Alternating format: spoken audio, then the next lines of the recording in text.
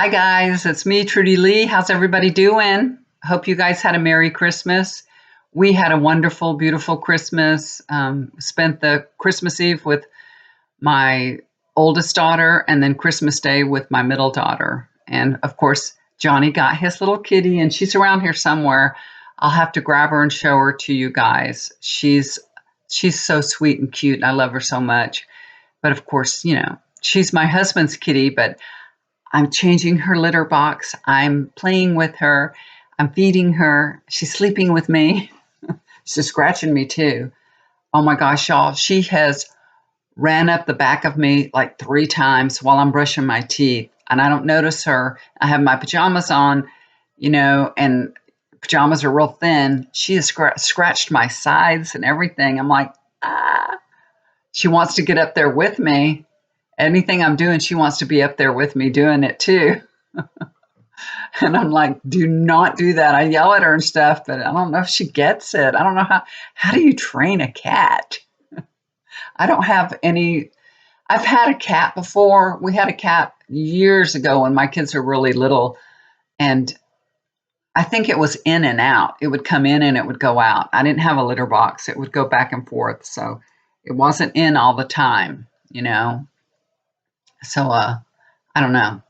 I don't know how you have a cat in the house and you can train it to do anything because this cat, she likes to drink from the faucet. She's not quite 4 months old yet. My daughter got her from Animal Defense League like 10 days before Christmas. So she's had her for 10 days. So she's already spoiled. And she's so sweet, though. She's so sweet, but she's a kitty. She's a kitty, and she's very, very playful. While ago, my daughter had a bowl of ice cream, and she wanted some of my daughter's ice cream, and I was holding her like this, real close to my face, and she wanted me to let her go. She wanted to run to my daughter. She just clawed me right in the nose. I had to put a bunch of makeup on my nose because I have a claw mark. I'm like, I'm bleeding. So yeah, we all have scratches from her. I don't know how you do that. Now I know you can get a spray bottle and spray a kitty, if you want them to like stay off the counter, spray. I let her get on the counters, which I said I would not, but I have big dogs, and she's not safe. They're not bothering her. They're being so sweet to her. They haven't growled at her. They haven't barked at her at all. It's like they know she's a baby. So everything's going okay with the dogs. They are interested in her. And as soon as she comes out of my room, they want to sniff her, and she pats them. She gives them a little pat on the nose, like that's enough. She doesn't take her claws out, but she can. And it's funny; they seem to know not to mess with her. It's really funny how they know. Of course, we're telling the dogs too. Leave her alone, go lay down. So, and I got her a cat tree that. I'm 5'5" and it's taller than me, so it's over 6 feet tall. So it's really tall and big, and it's a real wide one. It's got like 3 little houses on it. It's got 3 little seats at the top, so she can get up away from them.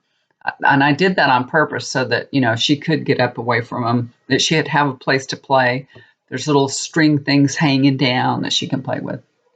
And she's so cute, y'all. I don't know where she went. She must have went back to my husband. My door's open.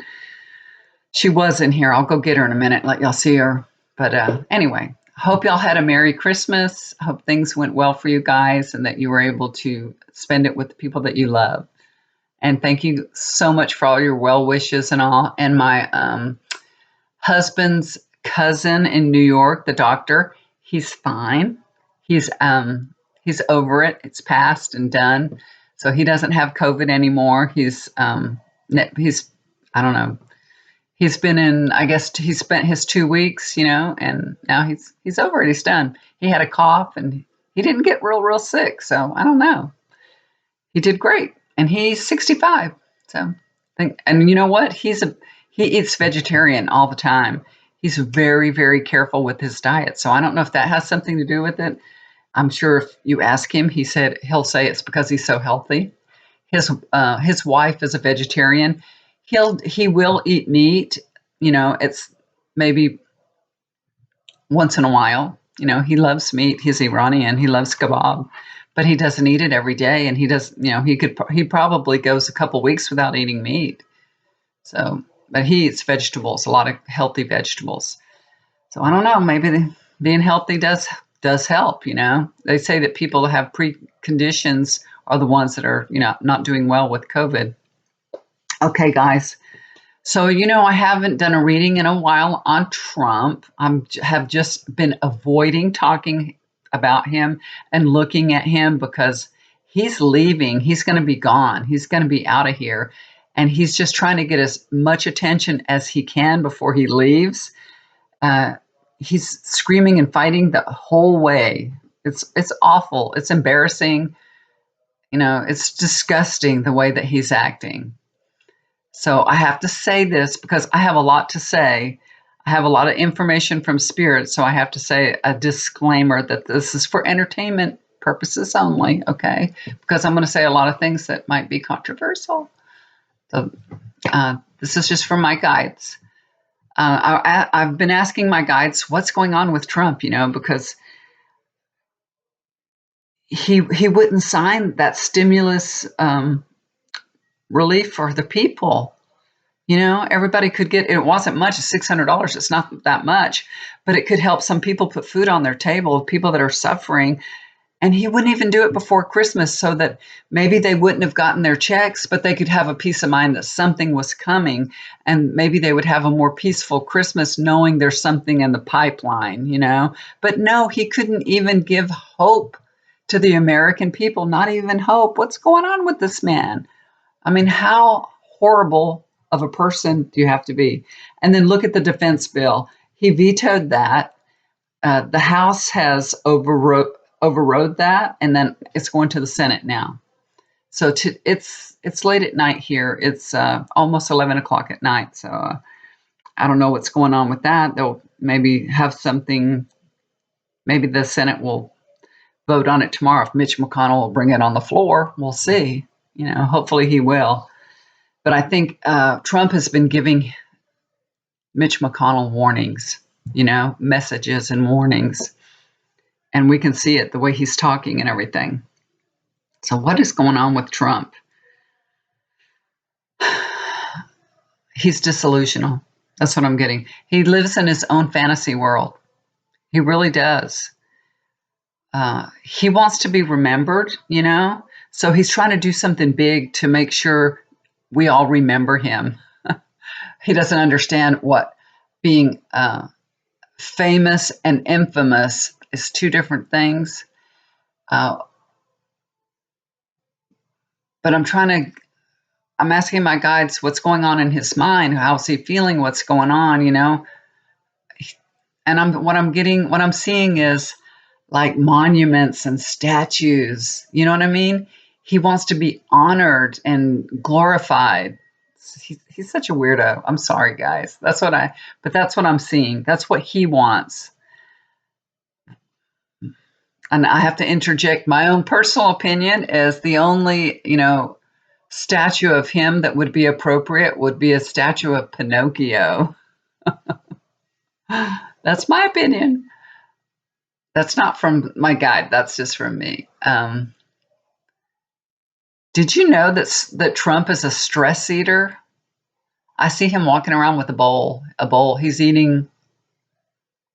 It looks like he's eating pie out of a bowl. Maybe cobbler. Maybe a cobbler. You'd eat a cobbler out of a bowl, but he's eating it out of a bowl. He's a stress eater, so he gets upset. He's, probably texting and eating at the same time out of a bowl. I eat when I'm happy, sad, whatever. I never have a problem. I'm a stress eater. I'm an all eater. But he's got a very unhappy look on his face. So that tells me that he's unhappy and stressful, but he's still eating. He's a stress eater.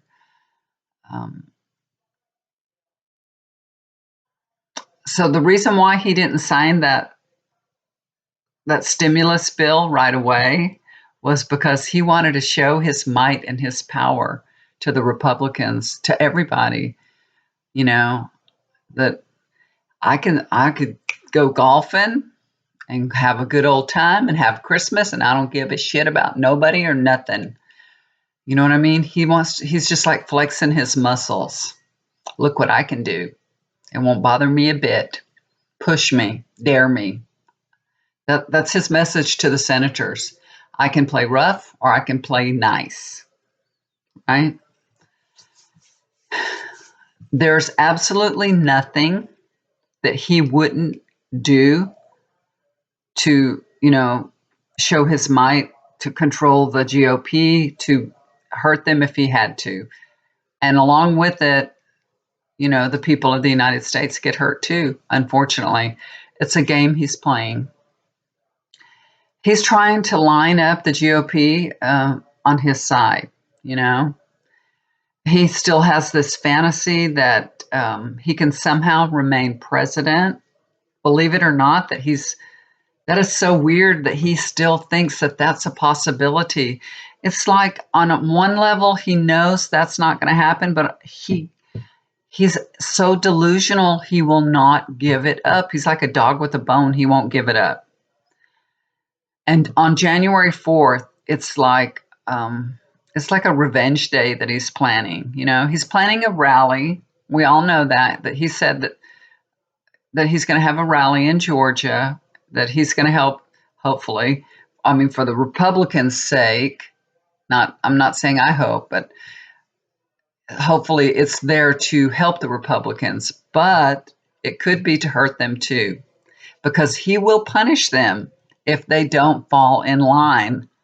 And that's the message. Fall in line, or on January 4th, it will be Revenge Day. So he wants their support. He doesn't want them to say Biden's president. He's just crazy. He's crazy. It's like beating the war drum, or a war dance. This is just the beginning. He wants to continue having control over the GOP. And, he needs the Republicans to win Georgia to do that, of course, right? Because, what's the use of having control over the GOP if they're not in control? So he really needs them to win. That's why he's going there. Also, it's a plan. It's a plan. He's formulated this plan. He's thought about it. A lot of times I think that he just does stuff by the seat of his pants, but he really plans things out. He might not write them, but he's planning, thinking. His mind goes all the time. That's why he can't sleep, because he's always going. And he's like, he's got to keep control of the GOP to keep himself safe. That's how he keeps himself safe. He figures, that if he has control of the GOP and they're in power, then he can stop any kind of prosecution of him, you know what I mean? Or investigations. He can stop all those things from happening. He thinks he's the president of the GOP. Even if Biden, when Biden gets in office, he's still going to say, I'm the president of the GOP. I'm the real president. He's never included the Democrats anyway. He's never said, Democrats, I'm your Republican too. He's always been terrible to the Democrats and said ugly things about them all the time, no matter what. So he'll say, well, Biden's just the president of, the people that voted for him, and I'm the president of the people that voted for me. So we got two presidents. And he thinks that he's going to control them. He really does. He's like drunk on power. He don't want to let it go. But like I said, a lot of it is because of what could be, what could the fallout would be, that he may be prosecuted for some crimes. I think he will be. He's like a shark circling his prey. And that's how he treats the GOP, and that's supposedly, his friends, his supporters. That's how he treats them, like a shark circling them, and he will take a bite out of them in a heartbeat, His plan is to announce that he's running for president in 2024. I think on January 4th, he's going to announce that. He's going to say that. He plans to continue having rallies for the next 4 years. He'll that's his plan. That's what I'm getting in his mind. That's his plan. Like every, I don't know, once a month or once every couple of months, he's going to have a rally here, have a rally there. Continue holding on to all his supporters. You know what I mean? He doesn't want to let him go. He wants to come back.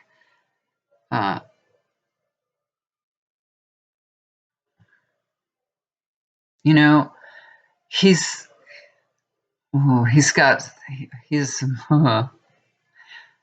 if things don't go as he's planned, what I'm getting is he'll burn it down. That's the message to the GOP.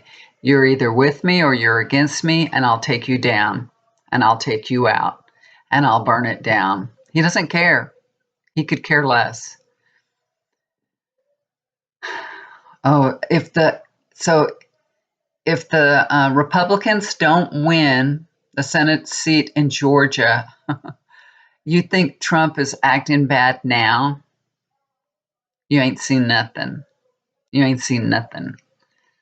If they lose, and then he knows he has no control, nothing. He's gonna, oh my gosh, he's gonna do some other things. He's gonna act even worse, which I don't know, how bad can he be? He's so vindictive.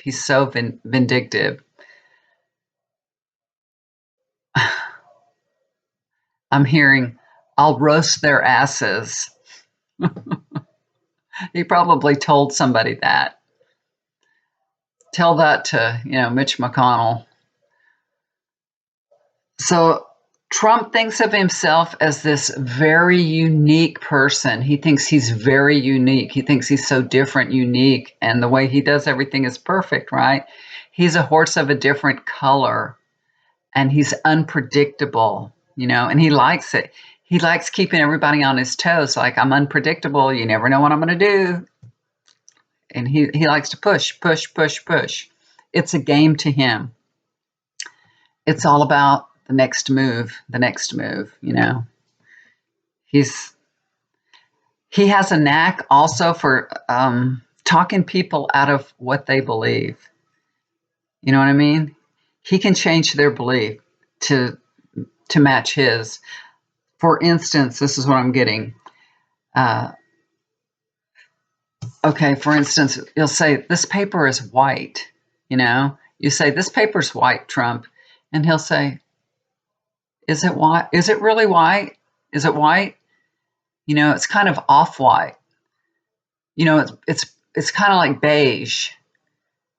It might be even a really light brown. I think it's like, it's a piece of brown paper. You know what I mean? And he'll just keep talking and changing it until you believe what he's saying. You know what I mean? Instead of believing your own eyes, you believe Trump, because it's like he's talked you into it. You know what I mean? He's got a knack for this. He is the perfect snake oil salesman. That's what I've gotten that before in another reading for him. I got that before. Okay, so I'm seeing this young man. Oh, I think this is Eric Trump. And he's doing some dirty work for his father. He's holding a case, like I don't know, like a case, and the case is opening, like a valet case or something. It's opening. Oh, I see what this means. He's letting the cat out of the bag. I feel like he is going to help Trump. Like, this could be planning some stories about the senators. You know what I mean? I feel like they have some dirt on the senators, and Eric is going to be used to let the cat out of the bag. So he's going to let the stories out somehow, some way. I don't know. I would think it would be Kimberly, Don Jr.'s girlfriend. I would think it would be her that would be able to plant news stories and stuff on senators, but maybe that's too convenient. And I don't know. Doesn't seem like that ever stopped the Trumps from doing anything. I don't know. Um, Maybe she's lost a lot of her supporters. Maybe a lot of people won't listen to her and do. But I feel like he's going to do that.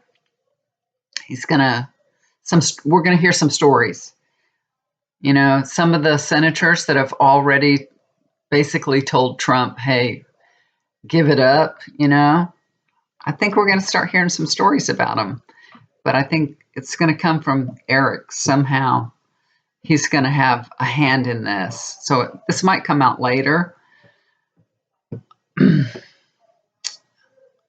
But the good news is what I see is no matter what they do or what they try to do or what stories come out at all, I mean, if the stories come out, that's good, right? Because we need to know if they've got some kind of crap on those senators and that's how they've controlled them, it needs to come out so that we don't need people in office that can be controlled, right? I see Trump's paper crown is slipping. He's got a brown, like made out of a paper bag, kind of like a crown, and it's slipping down. It's falling off.